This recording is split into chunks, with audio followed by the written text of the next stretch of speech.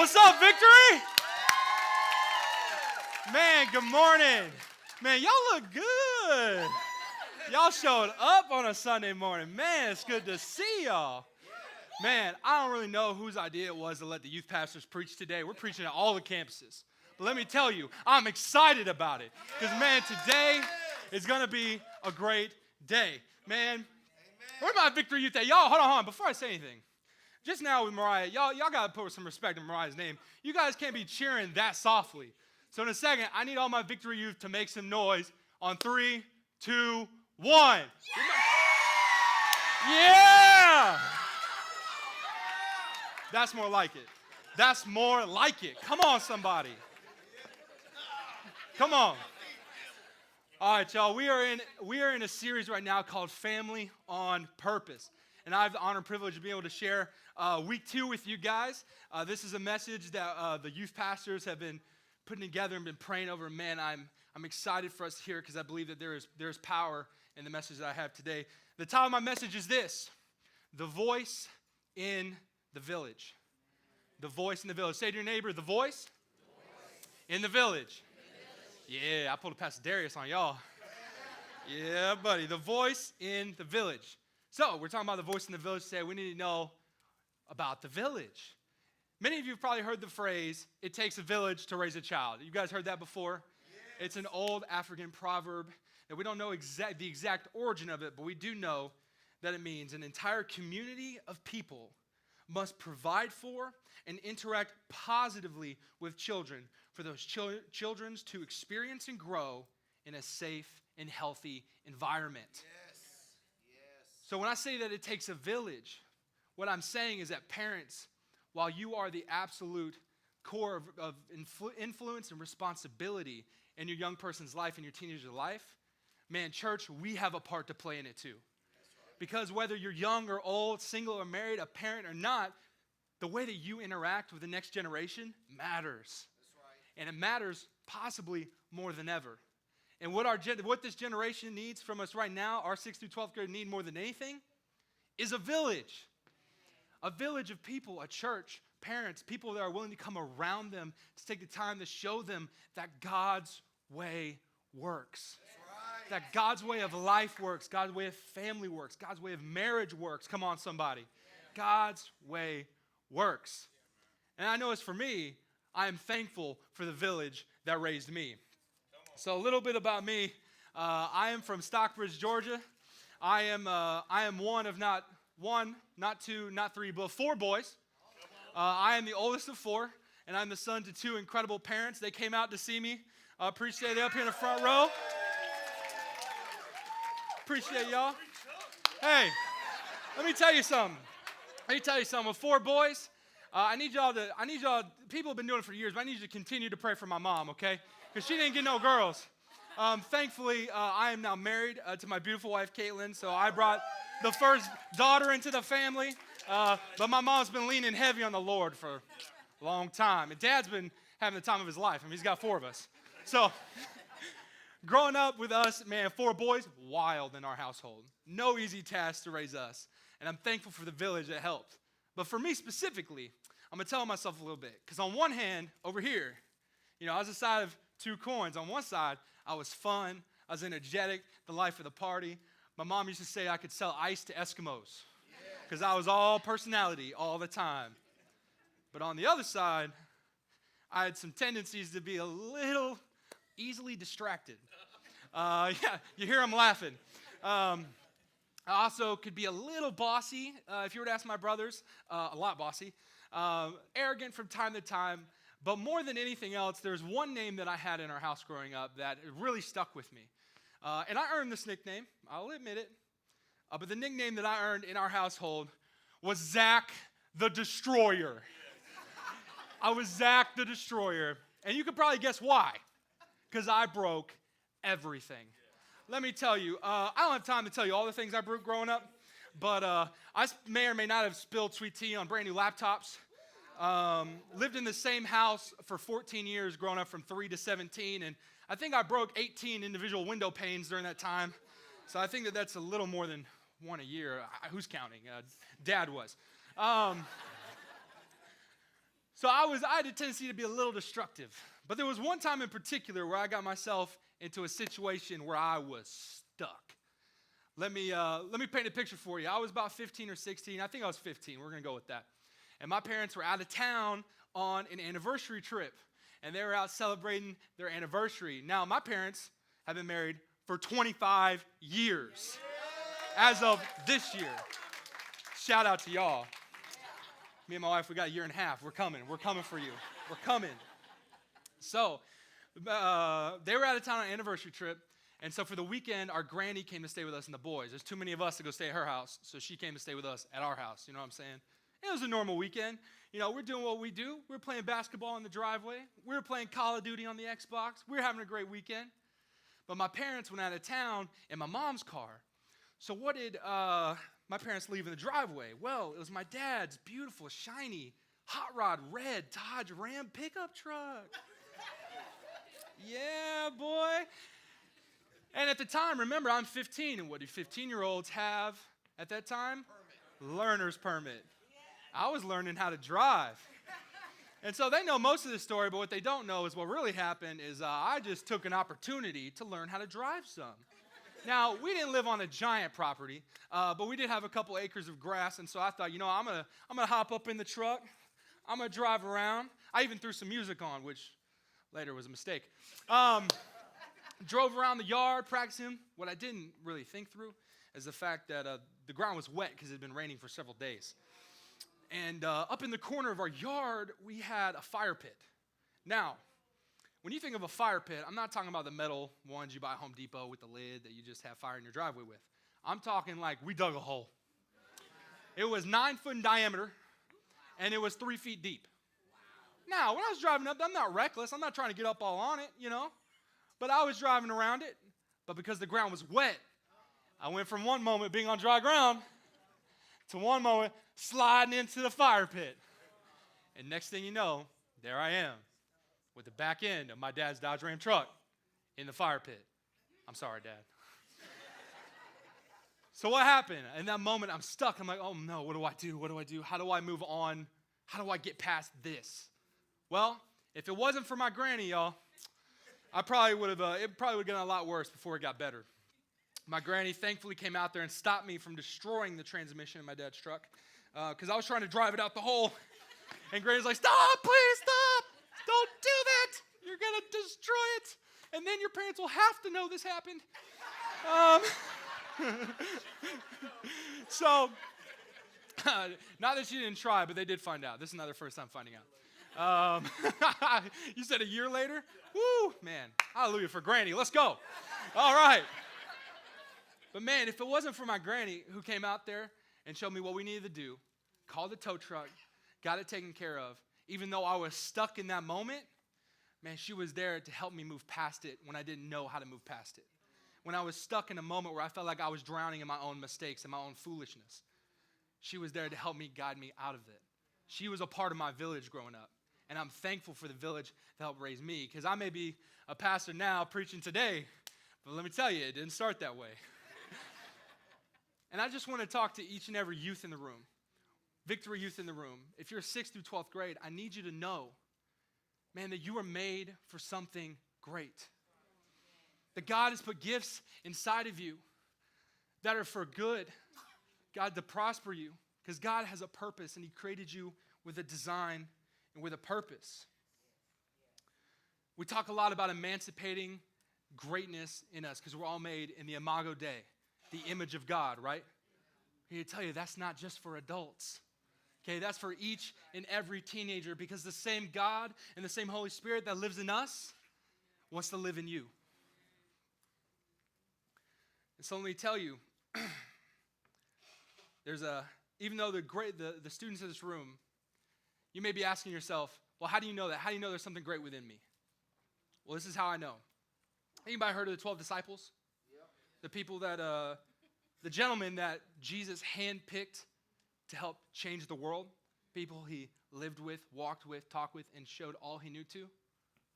Well, in case you didn't know, those 12 disciples were teenagers. Though we don't know their exact age, we do know that the youngest was around 13, while the oldest was around 20. all 12 the disciples of Jesus, the people that turned the world upside down for the gospel of Jesus Christ and changed the world we're living in forever, were teenagers. Because I believe that God has always used and will continue to use young people to not just change the whole world, but change your world. But here's the caveat. Here's the flip side of that, okay? So if you're a parent or someone in here that has a teenager in your life, maybe you're not a parent, I'm going to tell you something that your teenager would never tell you in a million years, okay? Because I wouldn't have told my parents this when I was a teenager. Oh, man, this could be good. I need y'all to lean in with me because this is big. This is big. I need y'all to hear me because this is it right here. Even though that your young people were designed and with greatness inside of them, and that they are called to live life on purpose, for a purpose. In order to get there, they need you. They need you. And if you're a parent in this room, whether you're a single mom or dad or a two-parent household, your kids, they need you. Though they may never say it. And if they do, record it. You can play it back later. But man, if you're not a parent in this room, that's cool. There's teenagers in your life everywhere. You just got to look for them. Whether they're in your neighborhood, your apartment complex. Whether they're checking out your groceries at Publix or they're handing you your chicken biscuit at Chick-fil-A in the morning. Man, or they're sitting in a row just a few seats away from you. There are students in your life who need you. Because think about it. Let's be real. Can we be real for a second? We were all teenagers at one point, right? Okay. Y'all were just laughing about my story of dropping the truck in the fire pit, but we all have stories. We all have things that we did. You know what I'm saying? Think back to when you were a teenager. Think back to the good, the bad, and the ugly. Think about the things that where you were. Do you remember the gnawing feeling inside that you weren't really sure what you were meant for or what you were here for?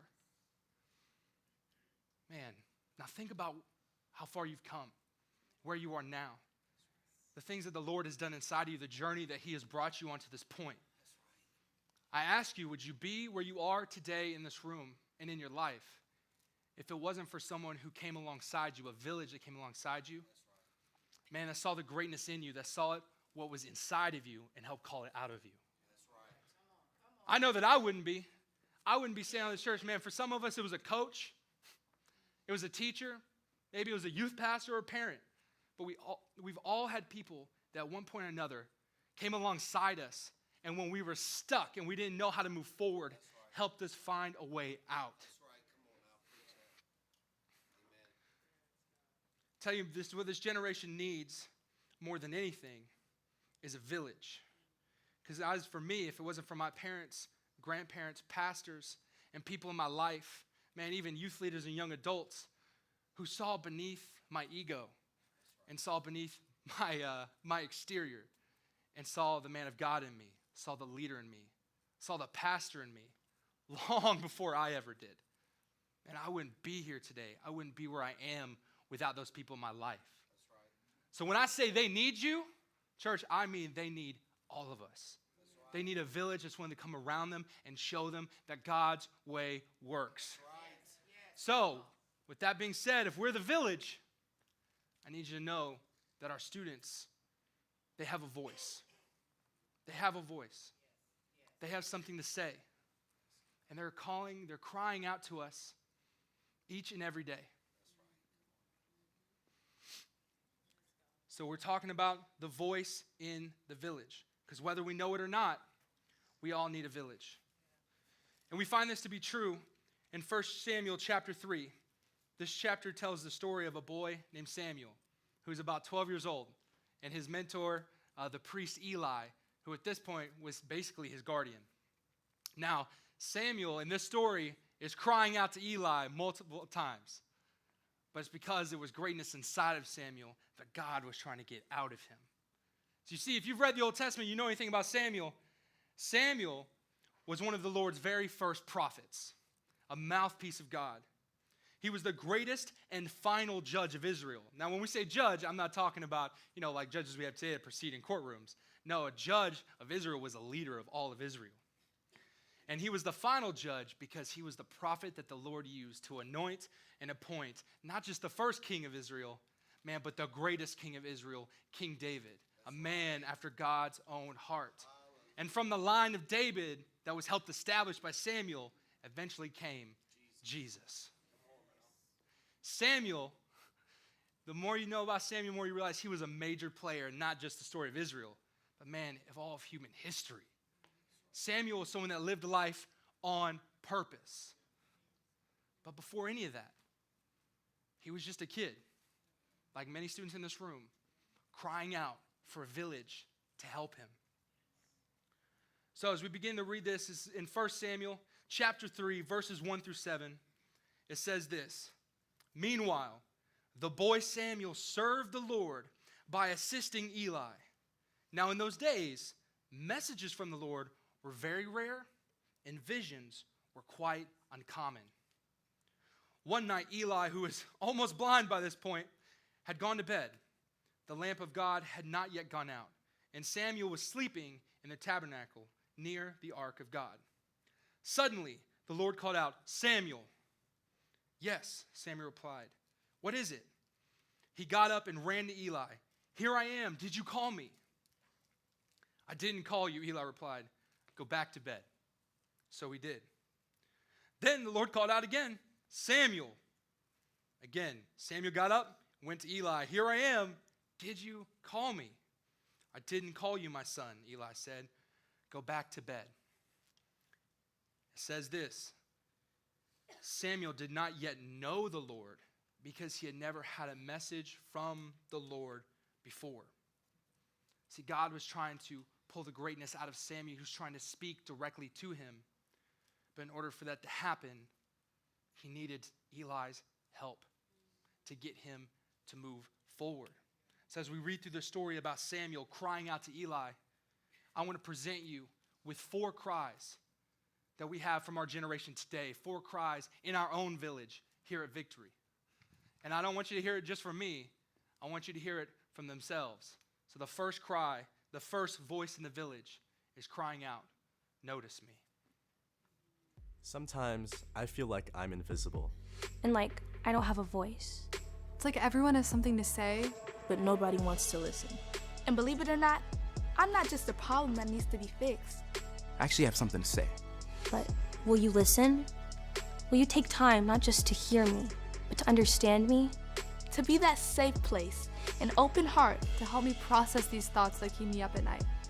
Because Listen, I know you don't understand how or why I spend so much time scrolling through TikTok.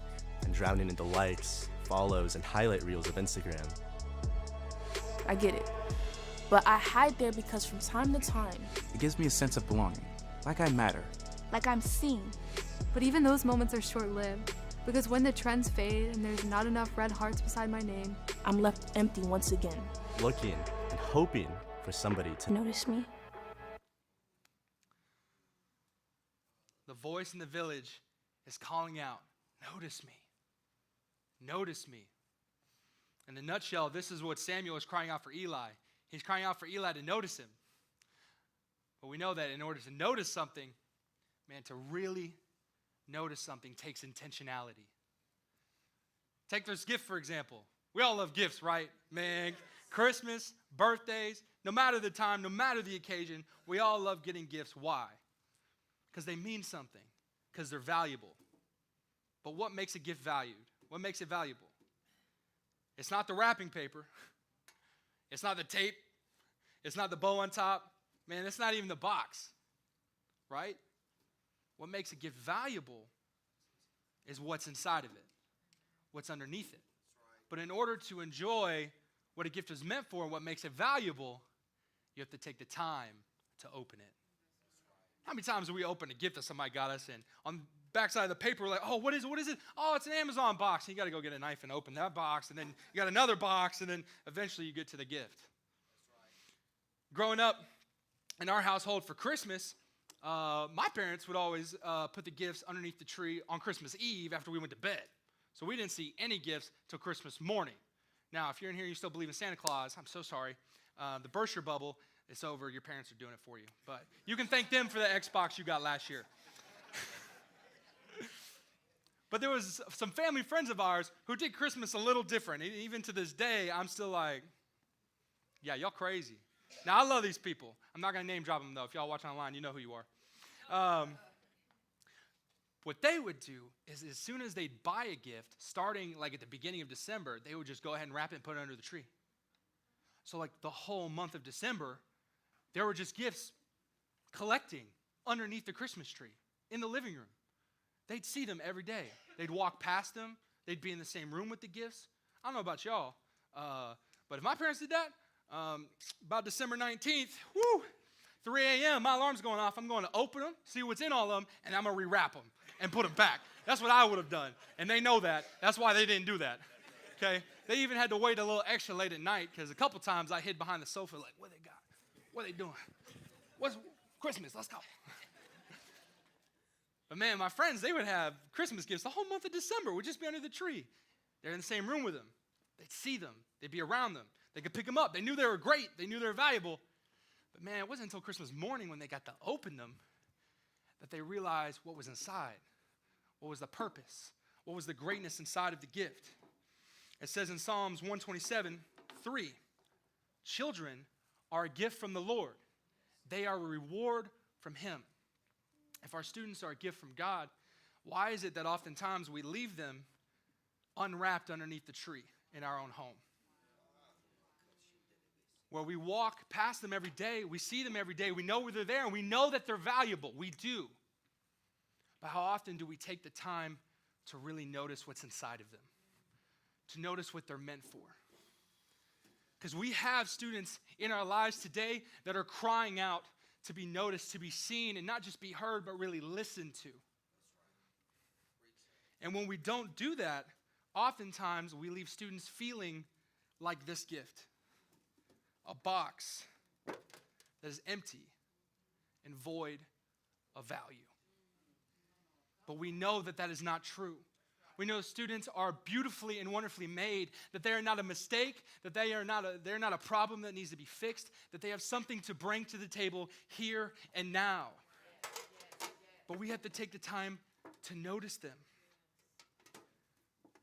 They need us to notice them, because here's the deal. The world that teens are growing up in now, I mean, it's drastically different from even the world I grew up in not that long ago. We live in a society that's constantly selling highlight reels as a daily reality, creating standards that are unachievable. We live in a world that says gender is whatever you want it to be. We live in a world that says there is no right, there is no wrong, you choose, it's about your truth. And to make matters worse, we just went through a global pandemic that radically changed the way we even think about and interact with each other. Let me tell you, that's hard enough for well-established adults. Think about if you had gone through this pandemic in formative years of your life. I couldn't imagine it. And we sit back sometimes and we wonder why depression and anxiety are some of the top issues in kids' lives. I want to tell you why. It's because they're trying to navigate a world that is constantly trying to label and define them without knowing truly what's inside of them. Without knowing who is inside of them, without knowing that they have gifts and talents and abilities that are not just there sitting to be hobbies. They are meant to emancipate the greatness that God has put inside of them from the day that they were born. But here's the deal. They can't see it inside themselves any more than this gift can open itself. We have to come alongside them and notice them and see the greatness within them. But I want to encourage you, because I know that as parents, I know my parents had a hard time. I want you to know it's not going to happen on the first go-around. It's not going to happen in the first conversation. It may not happen in the first several years. It may not happen until they're out of the house. But I want you to know that over time, if you notice them and you show up, the wall will break down. Because even Samuel came to Eli not once, not twice, but 3 times. That's right. And finally, that 3rd time, Eli began to see that there was something else going on. In 1 Samuel chapter 3, verse 8, it says, this is again after he realized what was happening. So the Lord called a third time. And once more, Samuel got up and went to Eli, probably discouraged at this point and feeling like he's crazy. Here I am. Did you call me? Then Eli realized it was the Lord who was calling the boy. So though God was speaking to Samuel directly, man, it took Eli to really take the time and patience to notice him, to see what was really going on. Because in order to emancipate the greatness within our students so they can change the world around them, we have to notice the greatness within our students and then call it out of them. So the first cry of the village is notice me. But students, Victory Youth in the room, I need y'all to know something too. Because I know that there is greatness inside of you, and I believe that. But in order for us to help you, man, you need to take something from this story too. Because though Samuel didn't know it was God calling to him, Samuel did know who the spiritual authority in his life was. Samuel did know who to go to when he heard a voice. He knew who to go to when he didn't know what was going on. So I urge you, if you're a student, man, if God's speaking to you, if you feel like he's revealing things to you, I encourage you to find a parent, find someone who loves you. Man, find someone who's been walking with the Lord a little bit longer than you, or a lot longer than you. And seek wisdom. And then for us as parents in the village, in the room, it's on us that when they come, we notice them. We notice them. So the first voice in the village is crying out, notice me. The second is show me. Show me. The older I get, the more I realize that There's so much that I don't know. Imagine that. It's a big world, and sometimes it's scary to imagine that I have a part to play in it all. And that's why I watch you so closely. Of course, I would never let you know that I'm watching. But I am. In fact, I'm learning more from what you do than I am from what you say. Because Believe it or not, I'm very nosy. I hear the conversations behind closed doors. The frustration, The bills. the unmet expectations.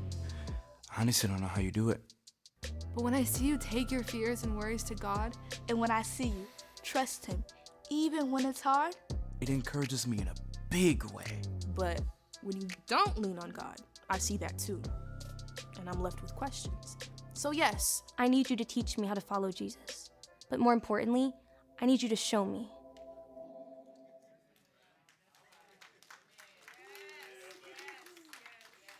I don't even know if I need to preach this segment.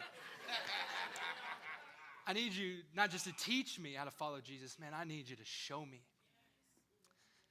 Samuel needed Eli to show him. So as we continue the story in verse 9, it says this in 1 Samuel chapter 3, verse 9 through 18. It says, so he said to Samuel, go and lie down again, and if someone calls again, say, speak, Lord, your servant is listening. So Samuel went back to bed, and the Lord came and called as before, Samuel, Samuel. And Samuel replied, speak, your servant is listening. Now, I'm going to stop for a second and just give a disclaimer. His first message he ever heard from the Lord was pretty wild. I'm not sure what I would have done if this was the first thing I ever heard from the Lord, but we're going to go for it. He said, then the Lord said to Samuel, I am about to do a shocking thing in Israel. I'm going to carry out all of my threats against Eli and his family from beginning to end. I have warned him that judgment's coming upon his family forever because his sons are blaspheming God and he has not disciplined them. So I have vowed that the sins of Eli and his sons will never be forgiven by sacrifices or offerings. All right. Woo! Okay. Then Samuel says that Samuel stayed in bed until morning. So I would have too. Then he got up and opened the doors of the tabernacle as usual. But it says that he was afraid to tell Eli what the Lord had said to him. But Eli found him. It says that Eli called out, Samuel, my son. Here I am, Samuel replied. What did the Lord say to you? Tell me everything, and may God strike you and even kill you if you hide anything from me. Ooh, watch out. So Samuel told Eli everything. He didn't hold anything back. And his response was, it is the Lord's will, Eli said. let him do what he thinks is best. There are two things that Eli shows Samuel that I think are wildly important for us to see in this story. First, he shows Samuel how to hear from God. He practically shows him, look, you need to go back and you hear the voice again, say, speak, Lord, your servant is listening. But just as importantly, he teaches him how to respond. Because it's not enough to just hear the voice of God. You have to know how to respond to the voice of God. Because you got to think about it from Eli's perspective. Okay, Eli is getting some pretty dire news here. I don't know if you noticed, but it's like, it's over, bro. Judgment is coming for you. And I think if I were Eli, hearing this come out of the mouth of a 12-year-old boy, no less, who, let's be honest, man, when the voice of the Lord was not heard very often, I think he would have had reason to doubt it. Maybe not even believe him. But he didn't. His response was, it is the Lord's will. Let him do what he thinks is best. Eli not only noticed him, but then showed him how to hear the voice of God, but then also how to respond. So that's what Eli showed Samuel. But today, what I want to put before you is what I believe this generation needs us to show them. What we need to show this generation more than anything else, and that is a life of holiness. Holiness. Now, holiness means different things to different people. But I believe the opposite of holiness is not sinfulness. The opposite of holiness is being common. Holiness means to be set apart. Our founding pastor, Pastor Dennis Rouse, says it this way: holiness is not self-righteousness or following a list of rules. Holiness is to be set apart, to be unique, to be distinct in how we live. The easiest way I can explain this is that in 1 Samuel, we're talking about Samuel and Eli. Now, they lived in the temple of God, right, in Israel. This was known as the most holy place on earth. But what made it holy? It wasn't the building materials. There weren't no holy limestone and wood and all this stuff. There was no holy curtains. Okay, they didn't live in a holy part of town off Righteous Avenue. Okay? No, what made the temple holy is that in the very center, in the innermost chambers, they housed the Ark of God. What made the temple holy is the fact that God was at the center. A lot of times we struggle in life because we believe in Jesus, but we also wrestle with our own flesh and the things that we want to do, right? We wrestle with the things that come natural to us, the things that we want to do. And so oftentimes we follow Jesus and we know what's right, but a lot of times we live life as Christians not seeking what's right, but just trying really hard to stay away from what we know is wrong. Holiness, life of holiness, is not about how far you can get away from sin. It's about how close you can draw to God. It's about each and every day, step by step, obedient step after step, drawing closer to God. That's what a life of holiness looks like. A life of holiness looks like having Jesus at the center of everything that we do. And that is what this generation desperately needs to see from us. Because let me tell you, while we all know in the room, a life with Jesus at the center is tough. It's tough. Because it requires us, again, to be set apart. Man, we got to look different, think different, act different. Talking about being like Jesus.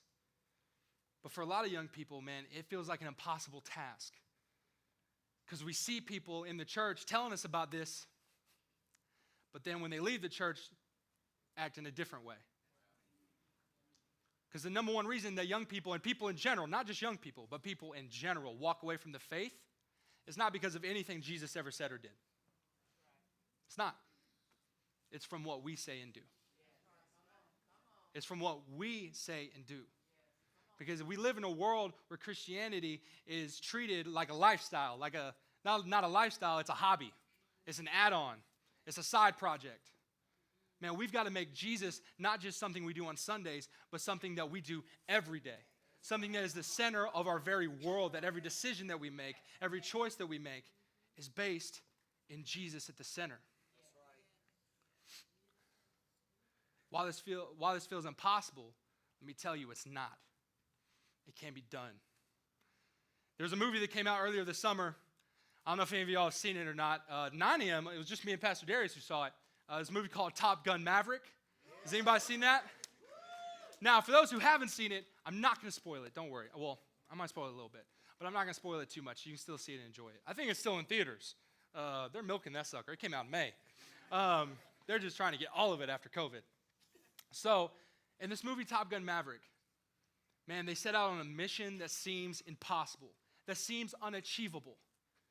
They have to go and they have to destroy an enemy target, man, that's behind enemy lines, but they also have to fly their fighter jets only 100 feet above the ground through a canyon. This has never been done by anyone before. So they call in all the greatest graduates from Top Gun, and they bring them all in to learn how to go on this mission. And they're going to pick like the 4 best of the best to go on this mission. They bring in the one, the only Maverick to come in and not fly the mission, but teach them. Well, here's what happens. They train, they practice, they run it through, but they begin to lose hope because 2 weeks out from the mission, they seem no closer than they were when they started.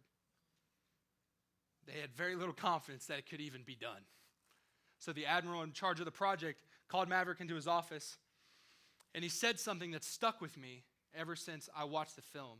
In fact, I'll tell him myself, I love movies. I go to the theater all the time, but I went back to see this movie 3 times just to hear this line.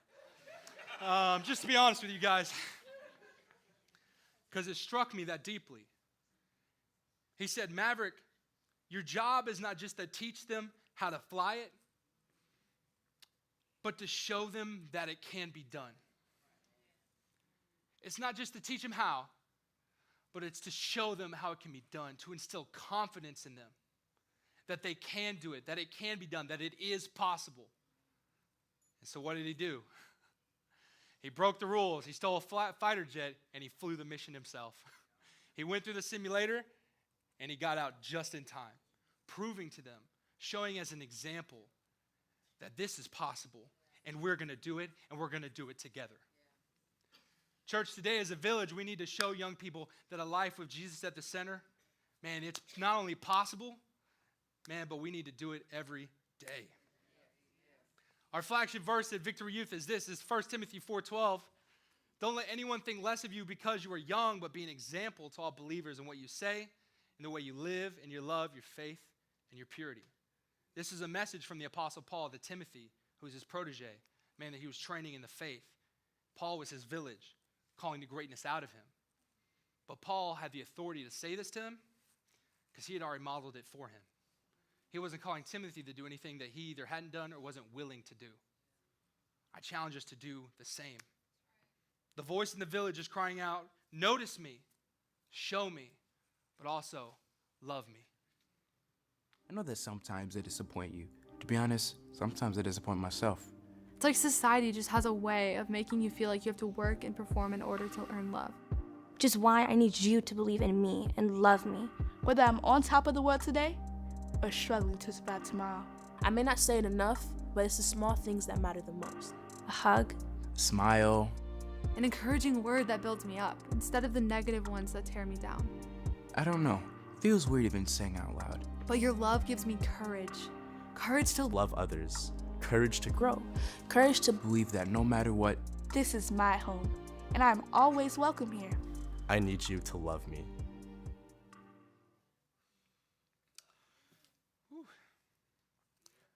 I need you to love me.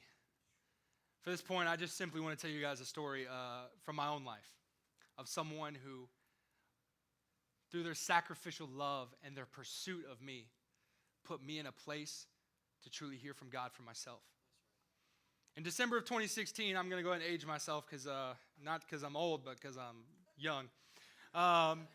It was December of 2016. I was a senior in high school. Okay, where my seniors at? Yeah, I got one. Let's go. I was a senior in high school. And like many seniors in the room and many seniors now, like I was trying to figure out not only who I wanted to be, but man, what I wanted to be, what I wanted my life to look like, what I wanted my career path to be.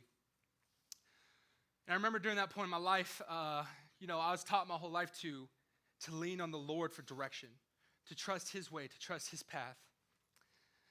But at this point in my life, everything from the 2 years before that had discouraged me and put me in a place where I completely lost trust in God. And though I believed in him, and I knew that he was real, and I can look back on this period of my life and see the fruit in it, and see that it was worth it, and see that it was beautiful, and that there was value in it, man, I look back at the time, it did not feel that way at all. You see, the events prior to this, I mentioned earlier that I lived in the same house in Stockbridge from 3 to 17. Well, it's because when I was 17 years old, we moved across the country to Houston, Texas. My dad had the incredible opportunity to take a job as a full-time youth pastor. At this point in his life, he had been bivocational the whole time. So he had been working a job Monday through Friday, but then also ministering and being a youth pastor at our local church. And so this was an opportunity. We were following a pastor out there. It was wonderful. And I do 100% in my core believe that it was God leading us there, and God did amazing things during the period of time that we were there. It was incredible. But moving across country and leaving your support system and your home and your family is traumatic enough for a 17-year-old, let alone 18 months later coming home early from school one day and your dad being home early because he was let go that morning. And so while this was one of the hardest times of my life, man, this was hard for all of us. And it landed right when I was trying to figure out what I wanted to do with my life, who I wanted to be. And while I was so at this time, because I didn't trust in God, I decided to make my own plans. So what did I do? I decided to take what my mom said. I can sell ice to Eskimos, right? So here's what I'm going to do. I'm going to go to business school. Man, I'm going to get into marketing. I'm going to get into sales. I'm going to make me some money. Come on, somebody. I wanted to make money. I wanted to secure my future. I wanted to make sure that me and my family were going to be taken care of. But let me tell you, this decision was not being made out of faith, but out of fear. Because I was no longer looking to one who lights our path. Because at this point, I didn't even know how to trust him. But while this was a tough time in my life, I thank God for one specific person, my mom. Because even though she was going through so much in her life at this time too, man, she saw what was happening beneath the surface. She knew that I was making decisions out of fear, not out of faith. She knew that I was heading in a direction that was not going to be fruitful for me. Though God would always be with me, man, there's a difference between what you make happen for yourself and when you submit yourself to the Lord and allow him to establish where you're supposed to be. And I know that my mom, though, if you were to ask her today, man, she had no idea I was going to be a pastor. If you were to ask her, she's like, nah, I had no idea, bro. But what she did know is I was made for more than just making money. That there was more to life. So you see, when she graduated high school, she went to a master's commission, which is a discipleship program. She went all the way to Phoenix, Arizona. She went across the country for that. But it was a formative experience for her, man, to establish her faith. And so she saw me where I was and all the things that I'd been through and the things I was thinking through, the decisions I was making. She's like, you know what? I think that Zach would benefit from something like that. And so she began to look, and she found this small ministry school, actually here in Atlanta, Georgia. And my parents know the director of the school, and we knew some of the staff. And so my mom approached me one day during that month of December. She said, listen, I know that we've been through a lot. I know that a lot has changed, a lot has happened, and that you're making your own plans, and you have your idea of where you want to go and who you want to be. But man, I think this school would be a great opportunity, not for college, but just for a gap year, to establish yourself. Man, to spend time seeking the Lord, and to be honest, to make friends that last a lifetime that think the way that you do, that believe in the Jesus that you believe in. And man, in that time, I felt seen. I felt noticed. She may not know that, but I still said, hard pass. I'm good. I ain't got time to waste a whole year of my life, okay, not making money. I mean, where am I going to be if I waste a whole year of my life now? This is the time I need to get serious. I don't have time for this. But man, much like Eli, didn't send him to bed that third time, my mom did not give up. Though at times it felt like harassment, she was in hot pursuit of me. It was a pursuit of love, of seeing the greatness inside of me and say, you are made for more than this. So from that point on, man, all the time, she probably came to me a dozen times or more during a month and a half period of time. And she's like, hey, what about this school? Hey, what about this thing? And I was just like, no. I ain't got time for that. But she wore me down little by little, like she always does. Until finally she made her final sales pitch. Come to find out that January, they were doing what they called Experience. It was an event where you could come out and you could live the life of a student at the school and experience all they had for you, and you got hosted by a student. They had tons of food. I mean, it was honestly a really cool event. But she said, listen, here's what we'll do. I'll pay for everything. I'll buy the plane ticket. I'll book the hotel. We'll go out to Atlanta, where all your friends are at.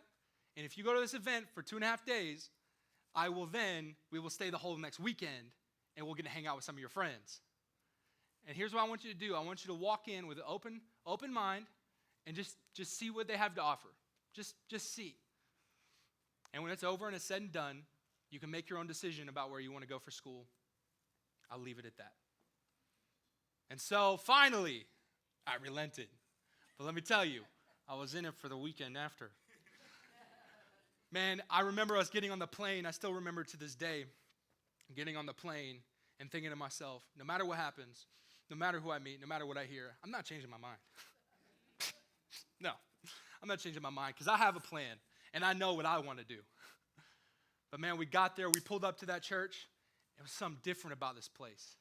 Man, I don't know if it was the people were kind. The energy was awesome. I don't know if they put some in the food or not. But man, after a few minutes, I'm starting to be like, yeah, this place is dope. What's up? Wait, Zach, no. Zach, you don't want to be here. This is not your plan. So cool, be cool, Zach. And I made it. I made it to that youth service that night with arms up, shields up. I made it to that service that night. We had a youth service. And much like the Holy Spirit was moving during worship this morning, man, the Holy Spirit just washed over me over and over and over and over again until finally I didn't have any walls left. I was just crying. I was like, God, I don't know what this is about. I don't know why I'm here, but I'm listening. And I went back to my seat, and literally the moment I hit the chair, I still remember, as clearly as I'm speaking to you right now, I remember the voice of the Holy Spirit saying, I need you here in September. You're going to be here in September. And though this was the first of many dominoes to fall, to lead me to where God has for me, man, the things he did over just January to January, of that time, January to January, man, the things that changed in not just my life but my family's life was radical. It was crazy. But man, domino after domino that led me all to where I am today, living out the calling that God has for me. Why? Because of the loving pursuit of my mom, who said, you are made for more than this, who pursued me even when I shut her down, who said, no, listen, you just got to try it. Because it was her love that put me in a position to hear from God for myself.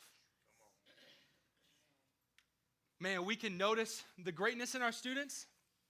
We can show them how to live a life with Jesus at the center. But it is our love, church. It is our love that will put them in a position to hear from God for themselves. The story in 1 Samuel chapter 3 boils down to the fact that the sacrificial love of Eli taking in Samuel and caring for him and teaching him and showing him and noticing him was all that was needed to put Samuel in the perfect position to hear from God for himself. It was the love of Eli that positioned Samuel where he could hear from God. And it was the love of my mama, who at the time she didn't know it, was positioning me where I could hear from God for myself. As we read this story, the closing of the chapter says this in verses 19 through 21. It says, as Samuel grew up, the Lord was with him. And everything Samuel said proved to be reliable. And all of Israel, from Dan to the north, Beersheba in the south, knew that Samuel was confirmed as the prophet of the Lord. The Lord continued to appear at Shiloh and gave messages to Samuel there at the tabernacle. What's cool about this story is at the beginning of the chapter, Samuel is referenced as a boy. who did not know the voice of the Lord. But through the course of the chapter, by the end, he is a prophet that not only knows the voice of the Lord, but delivers the voice of the Lord in a time when the voice of the Lord was never heard.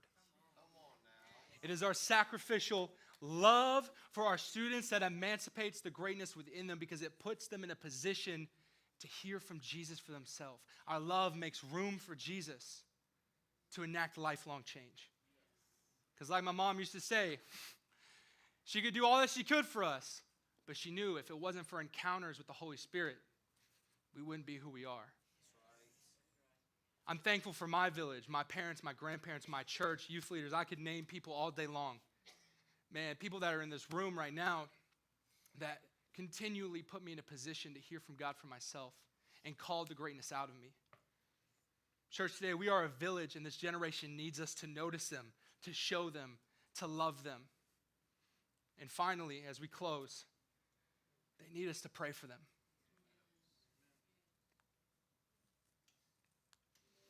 Love me. But what I really need is For you to pray for me. Pray for my safety. Pray against the violence that plagues my generation. Whether in the womb or in the classroom. Pray for the unrest in my mind, for the fear and anxiety that grips my heart. over the pandemics and the politics. Racism and riots. Pray against the confusion that has blinded my generation. Where the truth is based on preference. And where blurred lines Have blurred minds. I need you to pray like never before. Because I believe that the same God that rose from the tomb valued my life even before the womb. Yes, I believe that the cross has never lost its power to redeem. I believe that revival is not on the way, but I believe that revival is here.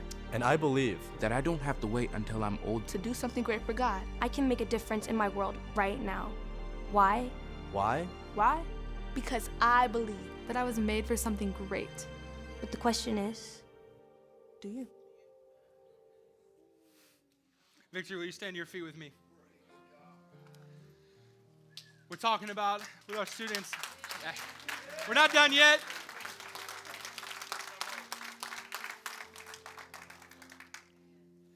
A lot of times, we treat prayer as a last resort. That when our actions are not enough, man, we can pray because that's like a safety net for us. That's the thing we do at the end when everything's said and done and we don't know how it's going to turn out. But I'm here to tell you that prayer is not preparation for the greater work. Prayer is the greater work. Praying for your student is the most powerful thing that you can do because that is how you invite God into their life to speak to them directly. And so today I want to give us an opportunity to pray with our students. And so Victory Youth, if you're in the room, I need you to lean in with me for a second. I need you to listen up. Because we've got a whole village here ready to pray for you. But here's the deal. You know more than anyone what you need prayer for. I want you to think about where you are in your journey with God in life. Where you are in your journey in life, period. Think about the things that you need prayer for. Think about the things that are plaguing your heart, the things that are attacking your mind. And you don't need to write a whole book and tell them everything that's going on. I just need you to think of one thing. If every student could have one thing on your mind that you know for a fact you need prayer for, I want you to grab a hold of that. And I want you to find your mom and your dad, your parent, whoever you're here with. And I want you to share that with them. And I want you to ask them to pray for you. And parents, church family, I want you to lay hands. I want you to listen. I want you to pray for your students like their life depends on it. Because it does. Because their future greatness is a product of our current prayers. Because we need to invite God into this moment, man, to enact change, but for God to speak to them. Because the same God that speaks to us is going to speak to them. So, for the next 2 or 3 minutes, students, I want you to get with your parents. If y'all are spread out across the room, find your parent. If you're in the lobby and you can hear my voice, come in here and find your mom or your dad. Okay? Come in here and pray with them. And if you're in here and you don't have a student with you, or you're not a parent right now, or your kid's at the house, I want you to look to the families around you, and I want you to begin to pray for them. Pray for the students that you know about, the students that are in your life. Man, the students, maybe they're your kids who are growing out of the house. Pray for them, because they still need you to notice, show, and love them. So for the next few minutes, let's pray together, and then I'll come up and close at the end.